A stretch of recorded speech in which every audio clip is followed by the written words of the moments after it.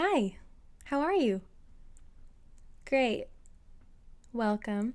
My name is Megan, and today is Monday, so I have another Mad History Monday for you, where I sit down and I talk about a crazy occurrence that has happened in history or just a story that I find incredibly interesting. This week, we are going to be talking about teeth, more specifically, dentures. Even more specifically, George Washington's dentures. Yeah, the father of our country's dentures. His teeth. Important stuff right here. Hear me out, it's actually very interesting. Some of it's pretty gross, so if you get queasy easily, you might not really want to watch this episode. Not gross in a bad way, but I do talk about animals and other people's teeth. And I know some people get a little iffy about teeth. Okay, so let's get into it, and I am going to get into something a little more less comfortable. Did it work? I don't know. I'm new at this. Whatever. My snap wasn't very good. I'm not very good at snapping. Do you like it? Guess what's right here? Guess. This is not all my hair. It's a dishcloth. I bought this mop cap when I was at Mount Vernon the last time, and I saw it and I thought, I need to get it because I will use it in one of my videos, and here I am. But isn't this the most fun thing you've ever seen? I love it. Wow, I wish that we still wore our hair like this. No, I don't. I take that back. It took a long time. Anyway, dentures. What are they? Who uses them? How are they made? Good questions. Dentures are artificial teeth and gums, fake teeth and fake gums. They are formed to a person's mouth to look like natural teeth. People that have lost teeth or have had teeth removed usually have these created by their dentists to replace the missing teeth that they have in their mouth or that they don't have in their mouth. Dentures can be partial or they can be full. In present day, most dentures are made of materials such as acrylic resins and moldable plastics. These materials used in present day and the way that they can kind of suction into your mouth is a lot more comfortable than it used to be way back in the day. There have been a lot of improvements of dentures. Side note, way less people nowadays need dentures because of the advancements in dental hygiene. Brush and floss your teeth, people. The earliest recording of dentures that we know about is from the 7th century BC. These people, the Etruscans, I hope I'm saying that right, but I'm not actually sure. They made dentures from animal and human teeth by inserting them into gold using a metal pin and then fitting them into a person's mouth. Sounds painful. But so dentures have been around for a long time. There is a myth, maybe you've heard of it, that George Washington's dentures were made out of wood. But in fact, this is not true. Washington struggled with his dental health and he was probably in pain much of his life because of it. His first tooth was pulled in 1756 when he was just 24 years old. It's always weird thinking of him as young, isn't it? Or is that just me? He kept having teeth removed or just losing teeth after that for years, and in 1781 he was wearing partial dentures. In 1789, the year he was inaugurated as president, he only had one tooth left in his mouth.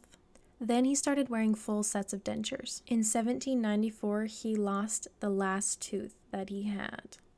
He had multiple sets of dentures throughout his life, and some of the materials that were used were ivory, human teeth, probably cow and horse teeth, copper alloy, silver alloy, and lead tin alloy. It is said that some of the human teeth that were used in his dentures were purchased from enslaved people or probably really poor people. In May of 1784, there is actually a written record in his ledger of him purchasing 9 human teeth from his own slaves for Dr. Lemore. That is a reference to Dr. Jean-Pierre Pere Lemore.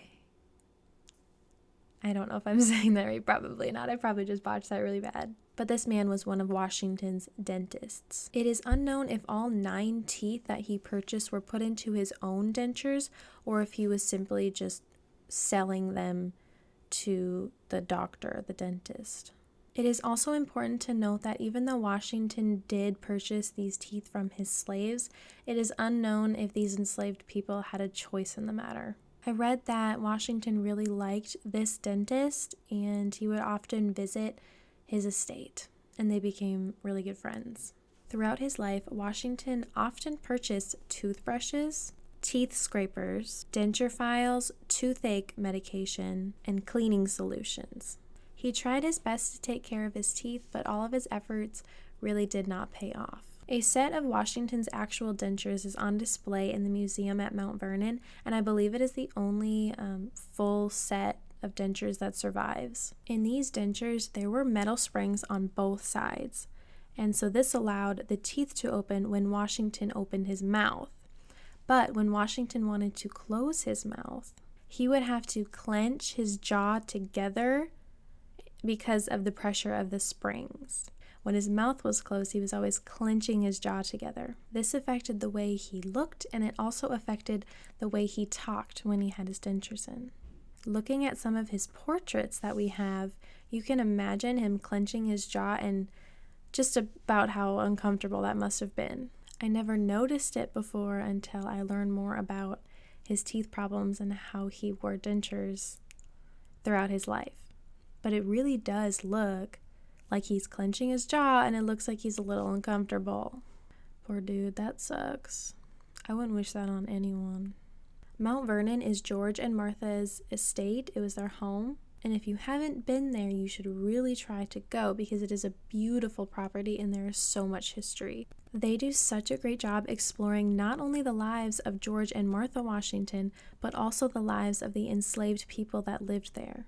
Another interesting fact I learned about George Washington's teeth was that he actually kept some of them. He understood his continued failing dental health, so when he would lose teeth or if he would have them pulled, he would actually retain them and put them in his desk drawer in his Mount Vernon estate. I know what you're thinking. That is some wacko, crazy person, serial killer stuff, okay? That's what I thought too. But he had hoped that he could use his own teeth in future dentures that were made for him. That's less gross than using another human's teeth or, to me, animal teeth. But, I mean, they're your teeth. They've already been in your mouth. You're just putting them in a different way. A letter dated on Christmas 1782 from George Washington to Lund Washington, who was a distant cousin and temporary manager of Mount Vernon, asked that his saved teeth be wrapped up and sent to him in Newburgh, New York. The letter read, quote, "In a drawer in the locker of the desk which stands in my study you will find 2 small teeth, which I beg of you to wrap up carefully and send enclosed in your next letter to me. I am positive I left them there, or in the secret drawer in the locker of the same desk." End quote. Washington had a few different dentists throughout his life, and the dentist that he had in New York was named Dr. John Greenwood, who had made dentures for him as well. He became Washington's dentist in 1789. In 1794, Dr. Greenwood was the one that pulled Washington's last tooth because it was causing him so much discomfort. Washington actually kept this tooth, presumably gave it to Dr. Greenwood, and then later on Dr. Greenwood had a watch with a secret compartment, and inside that compartment was Washington's last tooth. I guess he just really liked Washington. I don't know. That's friendship right there. I've heard weirder things. This didn't really shock me that much, but I mean, Washington had other people's teeth in his mouth, so I guess it's less weird than that. I don't know. What do you think? George Washington died in his home on December 14th, 1799, after becoming ill not even 2 days prior. He was 67 years old. And that is the history of George Washington's teeth. I told you it would be weird and kind of gross, but I hope it was still kind of interesting. I find it pretty interesting because even though it's just teeth, it really gives you a glimpse into George Washington's life and kind of what he dealt with and the struggles that he had on a day-to-day basis. And it really gives you a glimpse into like normal people's lives during this time, because they probably didn't have the money, at least most people probably didn't have the money to go to a dentist and get a full set of dentures like George Washington did. So you can imagine their struggles compared to George Washington's struggles as well. I hope you enjoyed this week's video, and if you did, go ahead and subscribe to my channel because I do upload one of these videos every Monday. I have many ideas for upcoming videos, but if you have anything that you would like me to research and talk about, please leave it in the comment section down below. I will also leave a link down below in the description box to a video of the curator of Mount Vernon showing up close George Washington's dentures, like his actual dentures, so you can get a really good look at them. I hope you have a wonderful rest of your day, and I hope that I will see you next Monday. Bye! I can't stop touching it. It's just so